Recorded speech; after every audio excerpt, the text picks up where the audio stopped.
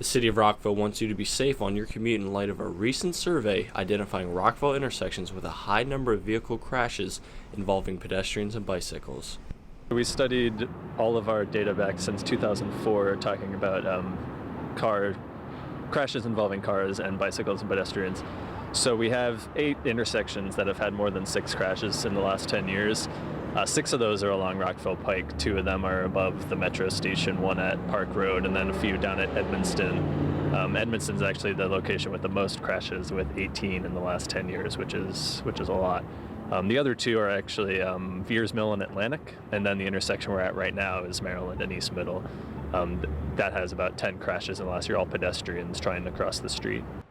Over the past 10 years, there have been 319 of these types of crashes in Rockville, a number that the city is proactively working on to lower. It's a twofold effort. One of them is looking at these intersections and making sure that if there's additional signage that needs to go up, if there's more things we can do with the physical layout of the intersection. The other major thing is education. So we work with the police department to target those specific intersections for unsafe driving behavior, unsafe bicycle pedestrian behavior.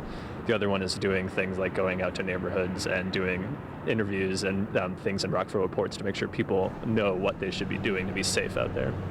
Well, we're aware of the issue. What we're targeting now is the area around the metro stations. Those are historically some of the biggest. The bigger numbers for pedestrian or bicyclist collisions is people coming to and from the metro stations. So we're doing increased enforcement on vehicles and pedestrians and bicycles in those areas. Decreasing the number of crashes in the city is a collective effort by both the city and its residents, and here are a few tips on how to make your next commute a safe one. That there's many things that everybody can be doing to keep each other safe on the road. Everyone wants to get to work and get to their location and get home to their families safely. So, for instance, one of the biggest contributing factors to these crashes was drivers failing to give their full time and attention and failing to yield the right of way to bikes and pedestrians. So one thing I want people to make sure is that they're put away their phones. It's illegal for a reason. To be paying attention to everybody else who's using the road. Make sure to make eye contact with everybody. So when you're a pedestrian standing at the corner, make sure that you see that driver sees you, and make sure as you're driving that you make sure that you're looking for pedestrians. As for bikes, want to make sure that if you choose to bike on the sidewalk, you look out as you approach driveways. That's a major point of conflict between cars and bicyclists, especially on Rockville Pike. If you choose to bike on the sidewalk, make sure you slow down, look for cars coming in and out, and as a car, be aware that there are plenty of cyclists on the pike.